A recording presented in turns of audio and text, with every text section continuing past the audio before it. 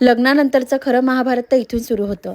हाय, मी तनया आणि welcome to the 21st episode of लग्नानंतरचं थ्रिल. काल सांगितल्याप्रमाणे एक दिवस हिंमत करून मी माझ्या सासऱ्यांना म्हणजे तात्यांना म्हटलं, तात्या मला इथे करमत नाहीये, जॉबचं काही दिसत नाहीये, मला प्लीज पुण्याला नेऊन सोडाल का? आमच्या आईंना ते मान्य नव्हतं, बट पुढच्या 2 दिवसात तात्यांनी मला पुण्याला नेऊन सोडलं. आणि खरं गणित तर इथून सुरू झालं. लग्नाआधी 1 तास फोनवर बोलणं किंवा 1 तास भेटणं ते 24 तास सोबत राहून एकमेकांशी बोलणं खूप डिफरन्स होता.